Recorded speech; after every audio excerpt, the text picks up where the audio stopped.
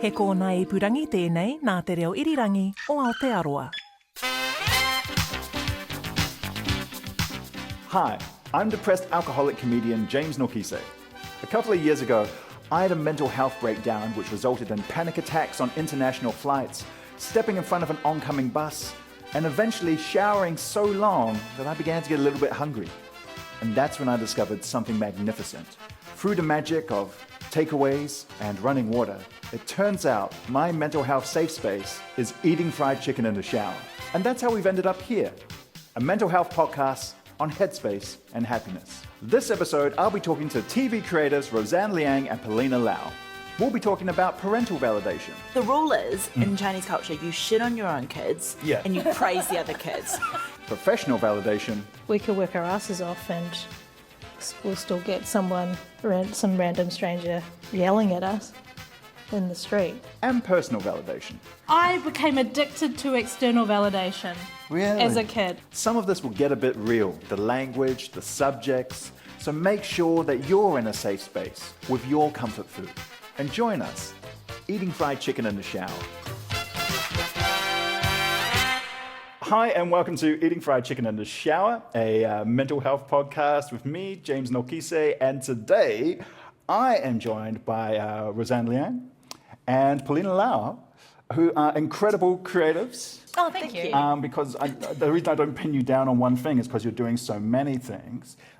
Like the most famous thing right now is probably the creamery. Mm-hmm. Just creamery, not dark creamery. Not dark creamery? Like creamery. Facebook. Drop the... Did I just say it like one of your uncles would say it? I love your show, the creamery. Your Samoan uncles apparently. Yeah. How did you know? Yeah,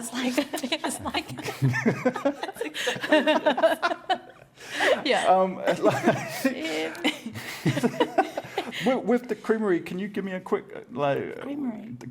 With creamery. That's the episode. Sorry. No, that's fine. You just corrected me like a Samoan auntie. Yeah. No, creamery. Sorry, was that appropriation? No, I think no, because half the Samoan aunties are Chinese, so that I was makes going to sense. say it was more Chinese than Samoan, but it was accurate. Yeah, it's accurate. That's right. You guys Chinese heritage, is that right? Yes, Yeah. I'm Hong Kong Chinese. Same. Yeah. Yeah? Chinese, Yeah. yeah. Cool. And that in Hong Kong, is that like, were you guys born there or born in New Zealand? Born in New Zealand, yeah. Yeah, born in New Zealand. Parents are from there, moved over. Yeah, cool. So they've been here for my parents have been for 40-something years. Yeah. I think they came in the same way. Yeah. Same boat. No, that's the same with my parents. Yeah. A lot of people think like my European is all New Zealand European, but my mum's Welsh. She came over because she met Dad, and Dad was like, "Come to a magical land," and so really far away. Yeah. And they're like, yeah, okay. Yeah, shout out diaspora. Actually, my mother was like, "No, I don't want to." Because all I know about Hong Kong is most Pacific Islanders is Sevens rugby and a video store's worth of martial arts films from mid-1980s to the early 2000s. Oh my God, yes. Yeah. Yes. Do I know New Zealand history figures? No. No. Do I know action stars from Hong Kong for a 15-year period? Yeah. Do you know, oh my God, I had this VHS of Jackie Chan's City Hunter. Yes. Oh my God. Yeah. The hamburger boobs. Oh my God. Yeah. So what is this? Jackie Chan's really fucking hungry. Oh, sorry. No, He's really you hungry. can swear. It's fine. Jackie Chan's really hungry and he's saving this boat, right? Yeah. But he's fighting a crime and he's really hungry. So he sees this woman in the pool and he's so hungry that when he looks at her boobs, They become hamburgers. Like literally hamburgers go boop, boop, boop, boop. Is that as a filmmaker, is that a big inspiration? City Hunter? Yes. It's such a terrible movie. James. When you're making your own stories, The hamburger tits. yeah. There wasn't a moment during your last Hollywood blockbuster where you're like, Chloe, I've got an idea. We're just riffing. So this monster's really hungry and... What do you see? Yeah, for a moment, no. Absolutely, that's not appropriate. You would have been epically called out, borderline cancelled, but there would have been 40 to 50 Pacific Islanders. You were like, City Hunter! Yeah. Yes, I see it. Yeah. So guys, what chicken have you bought? Is it breast or thigh? Are we breast or thigh people? I don't know. I said I was a thigh person. Yes. Okay. Yeah. Cool. I'm much more of a hamburger myself. What have we got? What have we? Let me pass to you. This is your chicken. Oh, Yeah. thank you. That's yeah. That's Yeah, one each. How come? I think. you. I don't know. I think we can we'll share. We can share. Okay, all right. That's the vibe. We've got sauces. What have you got? Oh, you've got. I've got the chips. Oh, right. You're oh, not going with wow. chicken? No, absolutely. Okay. Oh, you really did become a Samoan, aren't you? You're not going. No, sorry, this is my one. Sorry. Are you sick? Yeah. Oh, what are you having? You're not well. Oh, you've got the potato. Wow. This is cool. Look at these chips. Yum. That's cool. This is Pocha chicken. No, just That's pocha. just Oh, pocha. That's the chicken. Oh, that's the chicken. chicken. Cool. But it's shaped like an R. I can see your. You can see how I got there. See where you went. How's it been with the success of Creamery? Like, did you expect it? Like, it's a great show, but like, did you expect it to Thank really you. pop with people? Oh, it's fun. I really I like didn't it. really think about it because I think with Flat 3, it was, this is a mess, isn't it? Was YouTube. Yeah. So in some ways, it's like you put things out there on YouTube and it's so easy they'll just get buried and no one will ever find it. And I think I just sort of had that mentality with the show because I thought, oh, well, it's quite late, but, you know, if people might find... I mean, there's so much out there to watch all the time. How do you compete for audience? So I didn't really take into account. And so when it did come out and people were talking about it, I was like, oh, this is great. People know it's around. It exists. Yeah. Yeah. It's I don't think anyone when we made it we don't expect anything, but I guess we had a hunch that we were making something that was pretty new and different. Yeah. And so when people responded in a really positive way, it was I think you've had quite a lot of people coming up to you just in public, right? Can you tell that story about like the the work construction? the construction workers? Oh, that was probably my favourite interaction. So I walk up to work every morning. I have to pass Sky City, and there's all they're doing that big, massive construction. And every morning it's like 6 a.m., just before 6 a.m., walking past. And generally it's the same. Obviously, we're all on the same shift, so I see the same people every morning. Yeah. And there's one guy I always say hi to, and then there was one morning where it was him and a younger guy. And I was walking up to them, usually I'm on my phone, and then kind of just go, oh, morning, and keep walking. And then the week that came out, walked past, I was like, morning, and the guy was like, hey, you're on that TV show, eh? And I was like, yeah, I watched it. Cool, thanks. Yeah, bye. All right, bye. Have a good day. And I was like, this is the most wholesome interaction I mean, that's I've ever had. from construction And it's workers. so Kiwi yeah, as man. well. Yeah, that's like high Kiwi The praise. low Kiwi. Yeah. Just like, oh, yeah. Yeah, I was watched like, it. I'll yeah. take this at 5:50 a.m. Yeah. in the morning. For people Happy listening with it. overseas, that's a 5-star review in New Zealand critique. Hey, you're on the Kiwi show. I watched it. Watched it. It's good. I was like, you're not even a demographic. I love it. Yeah. I love you. Yeah. Yeah. That was too much. Yeah. I was like, I'm going to play it cool because they're playing it quite cool. Yeah. Like my version of that is actually eating chicken. Like yeah. if I'm in a mall yeah. and people like see me in a food court, like that's when people are like, oh, he's gonna order chicken. And like people will go, what chicken are you getting? I'm like, you don't look like you watched the show, but I will get. I'm not sure yet. And then someone's usually like, oh, is it KFC? And I'm like, hey man, let's not reinforce the stereotypes. Yeah, let's not. It's Give me a chance. Hey, Yeah. but also let's not dismiss. let's not dismiss KFC. Yeah, it depends where I am. But I mean, like, I have that with this show, like, in terms where I go, man, this is a silly show. And, like, we're doing something, but this is a silly show. And then people go, oh, wow. Do you have that with Creamery? Where you go, like, not say that, like, it's silly, but it's a It's comedy. silly. It's really silly. It's silly, man. Yeah. It's ridiculous in some parts. I thought it was going to Your be really... character was ridiculous. I know. Oh, the character's amazing, though. It was really intense filming it at the time. That was something I remember. There were so many scenes that I was sort of like really in the moment or whatever, and I was like, oh my god, this is so intense. And then I watched it back, and I was like, what? This is so silly. I was like, this is ridiculous. Like the lightness that only came through as a viewer, but when you're in it, I guess for the characters, it's like real high stakes, and you're getting chased by some like psycho person with a gun. But then you're watching, you're like, this is silly, but in a good way. So when you're getting praise, does it feel like it's deserved? Like, how are you guys with praise? We're not great at, well, It's embarrassing, right? It's really embarrassing. Like when someone says, Dan's like, no, it's not. No, I hear what you're saying. Like, 'cause I feel that's a natural, quite a New Zealand to a degree response. yeah, it's you want to say thank you. Like I think I've been in the same way that someone says, like, let's say your partner says I love you, right? Occasionally they do. And they say I love you, and you know that you have to say I love you too, like within a certain time frame. Because if you pause too long, Yeah. there's going to be questions. Yeah. Right. So if I say I love you, and Yeah. you have to say I love you Yeah. too. Yeah. In the same way people go, I really love your show. Yeah. I know that I have to say, oh, thank you. Yeah, right. No, I love your work too. And sometimes that comes out. Like if I know them, if they're in the industry and they've, let's say they did a play 2 years ago, or I watched their short film that they made, and I go, oh, congratulations on that thing you're doing. And they're like, don't do that. Like Just let me, just take the, just accept it and don't try and spread the, I don't know. I don't know. How are you with, because again, this is something I have, of how are you with family praise? what family? I don't get that. What do you mean? No, I family understand praise? that. Like, my dad said he was proud of me, like, last year. It's just like, The first time? What? Yeah, I think so. Seriously? Like the siblings that, no, I think he said it over the year. He might have, but it was like in front of the siblings, and they were all like, Oh yeah, yo, that's a big. you're about to get made a chief or something.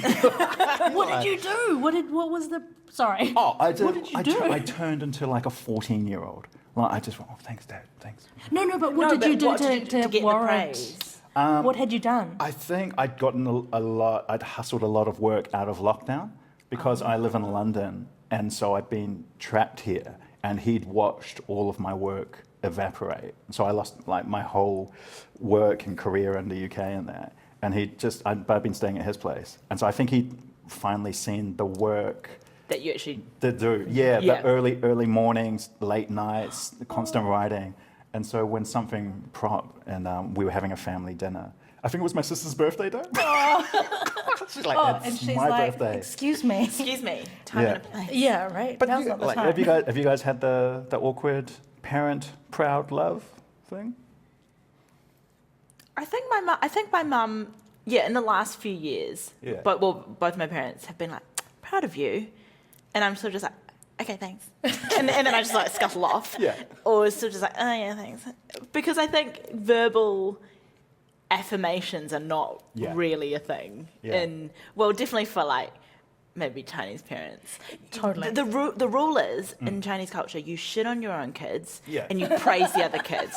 So from like day dot. Yeah. So say we're like kid friends and Roseanne's at our house. Yeah. Your parent will be like, look at Roseanne, look at her helping around the house. Why can't you be more like her? What? That was that kind of stuff. Yeah. And then say Roseanne's mum's there, she'll be like, what are you talking about? Yeah. Perlina's amazing, but Roseanne, she's terrible. Yeah. And it's just this sort of like kid off. Yeah. I don't know of who's got the worst kid. Yeah, right. Yeah. So it's very like it's humble to a ridiculous degree. Yeah. Play humble, would you say? Yeah, almost, because there is a sort of like you have to sort of like keep appearances up. It's that thing. There's a way to do things, and you just follow the rules.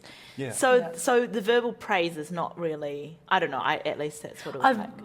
I don't get it, but I think what the message that the parents have been receiving over the years is that they should show their love sometimes. So they'll try and be like, okay, I'm proud of you.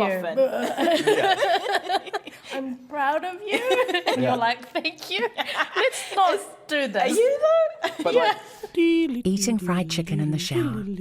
Share the food with your parents, but maybe not the shower. Perlina, when you're saying that, I'm going, oh yeah, Pacifica is a lot like that too. But the mum will be vocal, and like even when they're doing the hate or something, or they're ripping the piss out of you, there's kind of like, do you get a sense of the underlying love? Or Yeah, it's not serious. It's not done in a like a you're terrible. It's just sort of a more it's playful. And it's only with your family. Like you can only rip your family. Like, You can't rip other people's family. No. You have to only praise others and rip your own family. And then can I ask, how are your dads with emotion? Having just told you about like mine taking 18 years. Like, but like, how are your guys' dads? I think similar. Like, can they do it? And I don't know. They can. My dad's more emotional than my mum, so he was probably more vocal. He was the first to be more vocal. Yeah. But that was probably not until I was like 18. Right. Yeah. Why? Because I was leaving on a gap year to England for a year, and at the airport they were like, "I love you," and I was like, "What?" I was like, "Okay, bye. Weird, gross." And I remember, We're not Americans. it was really like, almost not confronting, but they just never said it really before. They might have said it like once or twice, but as an adult, I don't think I'd heard it that much. Yeah. And I was like, it's because I'm leaving for like more than a week kind of thing, more than school camp. Yeah. Yeah, because I remember when, I think it was about 22, 23, I remember a really clear, subtle but clear shift in that I think because my parents were splitting up at the time as well, and my mum was definitely sort of, she's obviously going through a lot of grief, and it was really awful for her and stressful for her. I mean, but for both of them, but she really was a bit more sort of emotional about it. And I think there were times she would say things that I would sort of think, you shouldn't say that, or you shouldn't be saying that, or you shouldn't be thinking that way. And that was sort of the first time I felt like I was going, I wouldn't do that if I was an adult. And so it was this switch of like, we're both adults and we're different. And I'm able to look at your actions as a person and an adult rather than as like my mum, if that makes sense. Yeah. So it was suddenly like, my parents are also adults who make mistakes, or they do things that I don't agree with. And I'm now in a position where I can go, I think I'd do it differently. But not in like a condescending way or patronizing way. It was just this moment of realization where I was like, I think that shift is starting to happen where like we're no longer kids, and the things that they'll talk to us about are changing. Yeah. And they're not hiding things or like trying to keep it on the D-low. Because Perlina, how old were you when your parents divorced? I was like 23 maybe, 23. Right. So quite a bit old, like old enough to obviously know that they were happier separately, and that was good for both of them. But I think the way everyone deals with grief or trauma or whatever is obviously different. And because at the same time we were in the middle, then my sister and I were quite sort of like, don't try and like pull us onto your side. Like, we're just in the middle of this, just let us be in the middle. Yeah. But that was sort of the first event where I saw them differently, and I was like, saw them as like just humans rather than my parents, who are always right. Do you do anything for yourself, like after, like if one of them goes off on the other, or like do you? I think both they're both okay now, but I think in the beginning, I was really, because my mum was more vocal, I think I was really angry at her for a long time because of it, because I felt like, can't you see that we're in the middle here as well, and we're dealing with it in our own way. And probably this year, and because last year coming back for COVID, sort of in lockdown together, and it was the first time I was living back with her as an adult. We had a lot of those conversations about what happened, and I think it was the first time when I said, we're involved in a different way. We were also part of it. You just couldn't see it. You're not going to see it because she was obviously one half of it, but we were also there. And it was sort of the first time she went, with a tone that for the first time suggested, she was like, I didn't really think about that necessarily. But as if you're younger, it's really hard to articulate that. Yeah. And you also don't know what you're thinking. But because we were older, we could be like, this sucks. It's bullshit. But then also, can hold that in. And like, how do you start that conversation? It's a lot easier when you don't sit down and go, okay, we need to talk. Yeah, no. I think it was actually her. She was having a rant about something. And also last year was really, I think she was definitely a bit anxious about... Yeah, everyone. Everyone was, yeah. So there would be bursts of kind of thing. And also living together as an adult. Suddenly, oh my God. Yeah. I have my way of doing things, you have your way of doing things, and they are not the same. And trying to navigate that. It would just be outbursts of whatever, and she might just make like a sort of throwaway comment. And I'd just be like, no, you can't say that, so then I'd pick up on it. Yeah. And it was also like, well, we might as well talk about it here. We've got nothing else to do. Can't go to the supermarket, can't escape. I was like captive audience. Absolutely. Yeah. That's. I didn't realize my mum loved watching British crime so much, so loudly, and so late. And I don't know if either of you have tried to go to sleep in the middle of a pandemic when a woman is being murdered downstairs. Oh my God. Just like walk down and there's Taggart going, "There's been a murder," and I'm like, "Mum, didn't we watch this in 1998? The first time?" It's also the volume. Yeah, the volume. The volume, man. Everything's really loud, and it's got to be an 8. Because I'm like, shh. She's on the phone talking to her friends, telling my lockdown story 20 times. That was the other thing. Oh, she's just come back. Okay, so she came back on the Tuesday, and then London. Yep, no. So London. So she came back, arrived. No, I went to pick her up at the airport. Yep, masks. Oh my God. And I was like, if you tell the story one more time, honestly, but it was like 20 times. And I was like, shh, your voice is very loud. The TV's very loud. Everything's very loud. Well, what did you do? Can I ask? Because I went for walks. I was very, very lucky. I've never been more excited about walks in my life. I also went for walks every day, 2 hours. Yeah. Whoa. Yeah. That's a long walk. Look. Yeah. Yeah. But there was nothing, of a day of what? 24 hours, 2 hours is nothing. Yeah. No, look, I love my mum. I love her. I'm very close with her. I walked for 2 to 4 hours. I broke the law. I lived in Wellington. I had nowhere to walk. I just went round the block and went, I wonder if anything's different this time. Let's go again. Yeah, there's a cat. I didn't see that cat today. I'll go look for that cat. Wow. Yeah. Yeah, whereas if you're living with your parents, my main argument is, no, I will go to the supermarket. No, stay. You are at risk. Yeah. Yeah. Don't I'll go put anywhere. myself on the line. Yeah. I'll do it for you. I will go to Pack and Save. Yeah. The biggest fight my mum and me had was when I left the shopping list at home, but just remembered it, and she just wandered into the supermarket with the shopping list and gave it to me in front of people, and here you go, and then just went for a walk around, and then sat in the car waiting to drive me home, and I was just looking at her what are you doing? And then we got into the car. I got into the car with the shopping, and there was just a silence. And then I went to my mum. Did you have fun in there? You have a nice time? And she took a breath and went. Like she'd gone clubbing and she wasn't allowed. Yeah. Are you? And you'd caught her. And I took that tone. And in my mind, that was the right tone. And in her mind, I gave you life. And she said to me, I birthed you. And I went, we'll talk about it at home. She said, you will walk home if you keep that tone. Never forget. I was it's I don't care if it's a pandemic. I don't care. I don't care if it's winter. You will get out of this car and walk home and think about what you just said. Exactly. So good. It's oh no, I bowed to the Queen. I apologise. I forgot myself. That's correct. Yeah. Are your parents still alive? Yeah. So, do you find yourself slipping into your parents as a parent now, or are you conscious? Slipping into a parent? Slipping into the mannerisms of your parents as a parent, or are you conscious enough of their parenting?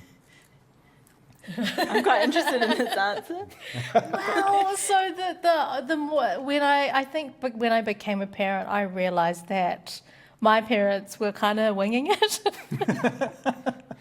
And they were just doing the best that they could with 3 girls, which is a lot. And my dad was working and my mum was, I guess, the homemaker, and took us and wanted us to achieve to quite a high level, being of that immigrant, idea that we come here to ascend. Yeah. And so she... Have you ever heard it, Perlina? It's true, but when you say that, we've come here to ascend, some mission. Oh, yeah, it sounds wrong. Mission. It sounds evil somehow. Sounds like the plot of your next Hollywood blockbuster. We come here to ascend. Actually, it's just an intimate story about immigrants. Did you not get that? We come here to ascend. But yeah, so, this driving, and the ascension is based on doing music, ballet, speech and drama. Yeah, right. Yeah, and we have a Pacific variation of right. that. Oh yeah, which sport or law or accounting, but it's school seats. Nice. I feel like when we were in high school in the 90s, if you got your school seat, that was the never mind bursary. But like, bursary was for the elite. Oh, yeah. But, There's like, something about school CA. But school it CA. was like the one to get. Yeah, Right. all 5 as well. Like that's, Yeah. I mean, that just speaks to the education issues that we have. But if you got all 5 school C, that was like the cliche growing up. Yeah, yeah. You know, not only are they a good boy, but good boy, all 5 school C. I mean, I really enjoyed school, so that was good. But from age 5, my grandma was like, okay, so you need to get a job where you use your brain and not your hands. So the only way you do that is to go to university. So I was like, okay. Yeah, wow. I was like brainwashed. From 5. Oh, yeah, really young. I mean, academically, that's a good way to get people thinking, like about study and that. Yeah. It's like making university seem natural and not some like thing which if you do, it's a special thing. It's just a natural thing. Yeah. She was like, that's like the key to how you can get a job where you can just like sit there and Yeah. not have to like lift stuff. Ascension. And I was like, ascension, yeah. Yeah. So I was like, This is how it's we the ascend. Ascend to a chair. yeah, from the, yeah. I mean, that just sounds like the title of your book. The Roseanne Liang story, Ascend to a Chair. To a chair. Ascend to a chair. Yeah. Yeah. Eating fried chicken in the shower. Ensure bucket is outside shower before ascending chicken to mouth. Can I ask, out of curiosity, just because both your families are from Hong Kong, right? Mm-hmm. With what's happening in Hong Kong, does that hit with you guys? Yeah. A lot. Yeah, Yeah. it was definitely it was quite intense the last couple of years because there was just more protests and stuff going on, and then since COVID, they've sort of not been able to protest. But then there's been tons of like arrests and stuff. It's it just feels like a bit powerless. I think basically because that's basically what's happening. Yeah. Yeah. There's a lot of like, what can we do? And the powers that be are so. It's just too big to be able to. There's no fight. There's actually no fight to be had because the scale of What they're up against.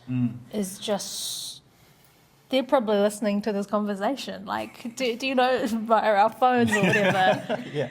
We can't say anything about, and they're so good at their job of pushing the nationalist idea that. So, back in the 90s, I remember going to a Tiananmen Square protest or it wasn't a protest. It was more a march Like for a commemoration, democracy. yeah. And I went with my parents.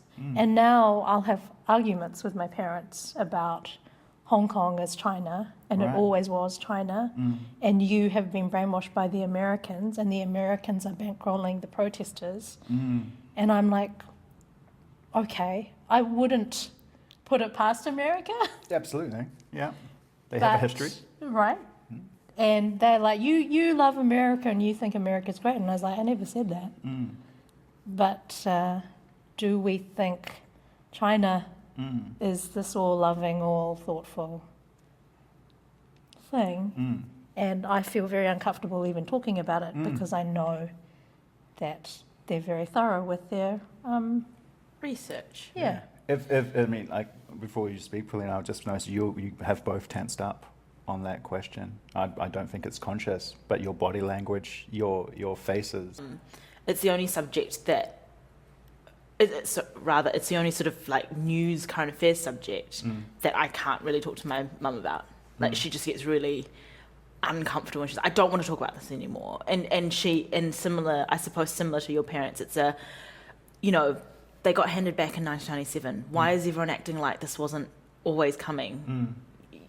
It's been on the cards since 1997.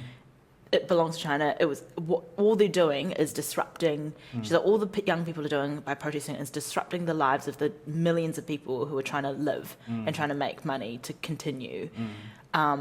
What's the point? You know, and it's also like maybe they're of a and I wonder if it's because my mum's like of a generation my parents are of a generation where you don't protest, you don't speak out, you don't talk about politics, you certainly don't go out and march out in public about politics. You just sort of go along with whatever's happening. But I mean, that's what I get from my parents. So yeah, I don't know. It's funny because right when they started, it felt like the majority of Hong Kongers had joined. You know, that like so many millions of Hong Kongers marched at the beginning, and now it's become a young person's hooligans fight, disruptive, violent. Yeah, it was when they started burning the train stations. I think the definitely like some of the older generation in Hong Kong were like, no, this is not what. You know, as long as the protests don't disrupt their daily lives, as long as they can get to work, that's a little bit what it felt like. It started to look like, oh, okay, now it's interrupting me getting to work, being able to earn money. It's such a contentious subject.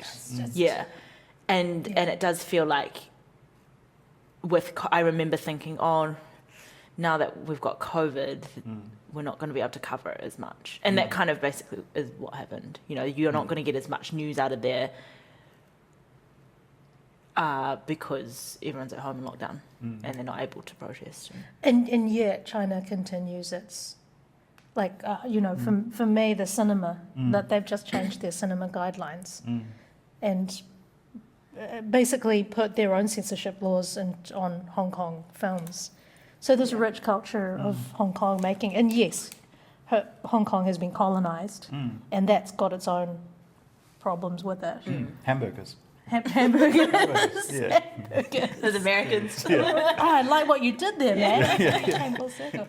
But now the strictures that you know China censors put on their own movies now apply to Hong Kong movies. How is that going to change? You know, like anything that you do about authorities like police. You're not going to be able to make Police Story. You're not going to make Infernal Affairs. Yeah, it's exactly the two films that came to mind. Right. Yeah. Right. You can't make those movies with those Chinas because you can't make movies about ghosts. You can't do that because of the Communist Party. And what is that going to do to culture in Hong Kong? How do you not stay sane? How do you deal with frustration and disappointment? Like, not necessarily about Hong Kong, but just In general. in general, like when those emotions come into you. Frustration and disappointment.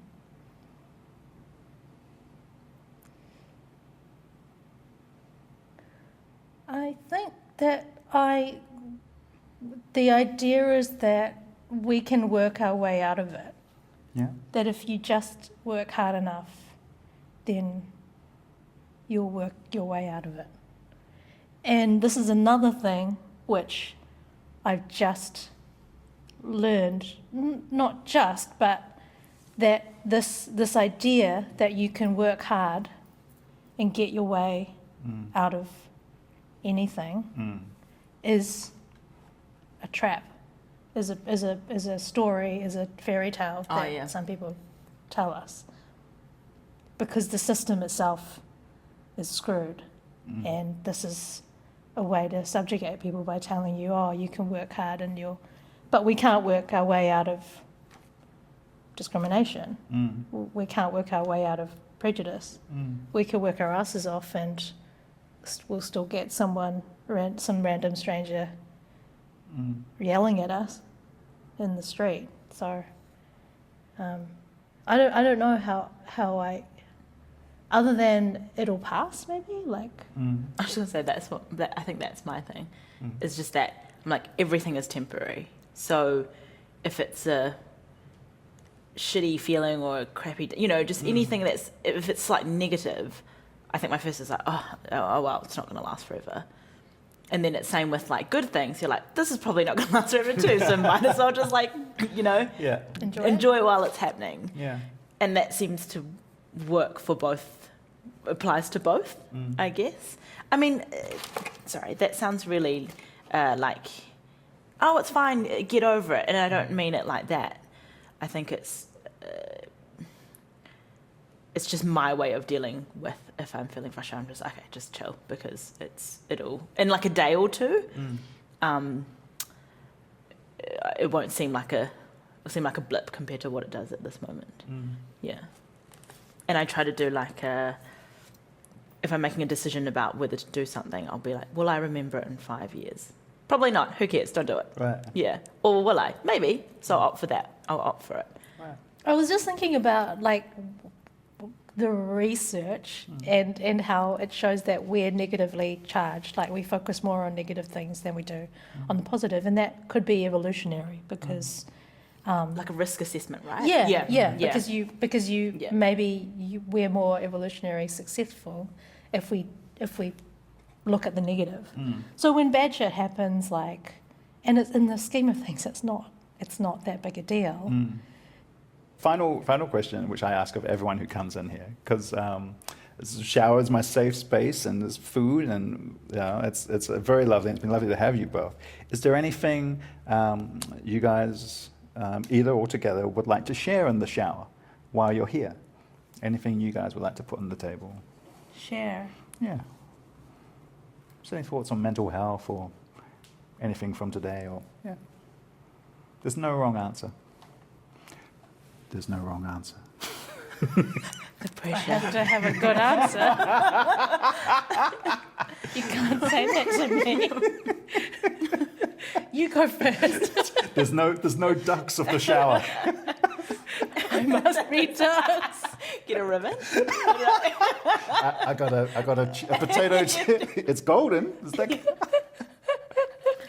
Well, now that you mention it, I became addicted to external validation Really? as a kid, and that's what that ducks shit was about. Whoa. Yeah, I got addicted to the straight A's, like that, all the 99%, all that shit. Yeah.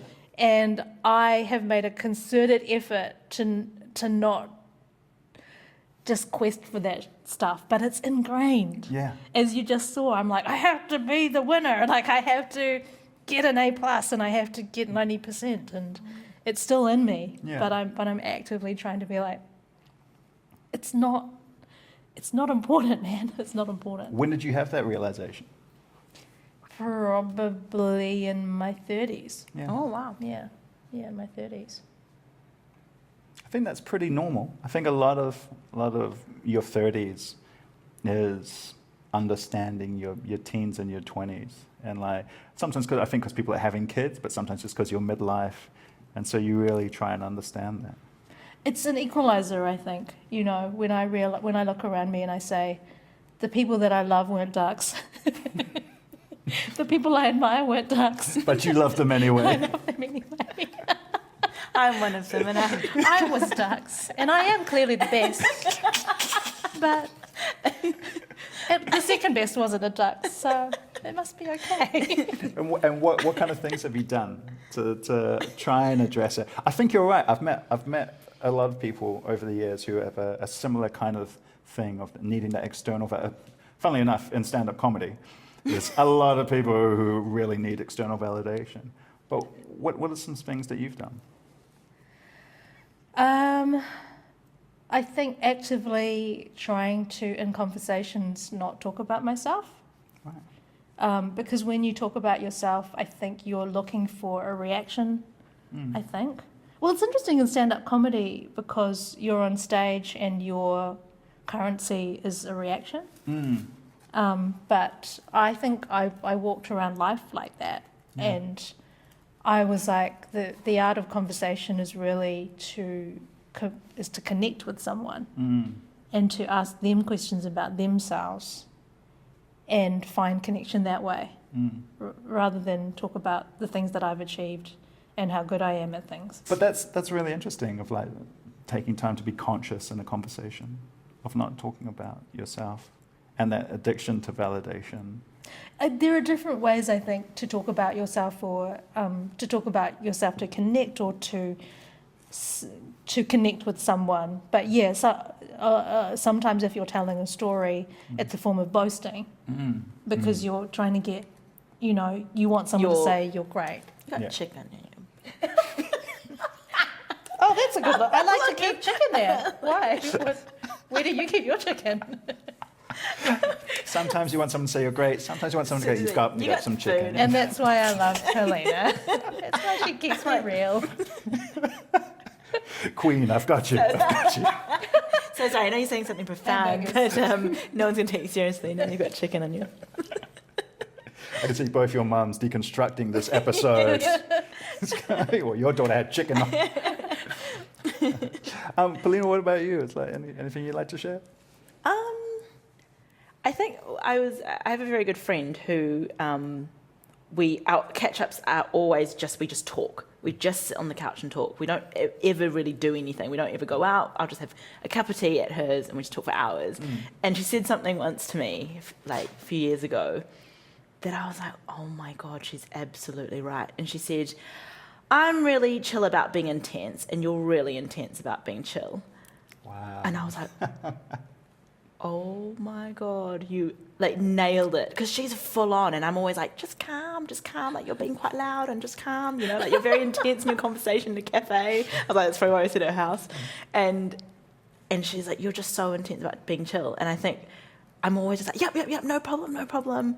And probably in the last only like 5 years, I've gotten to the point where I've been like that for so long. That's my first go-to answer. And then I'm like, I'm really overwhelmed and stressed, but it's my fault because I said it was fine. And I think I'm only like now figuring out when to be like, no, like that's my limit, or because I don't want to come across as not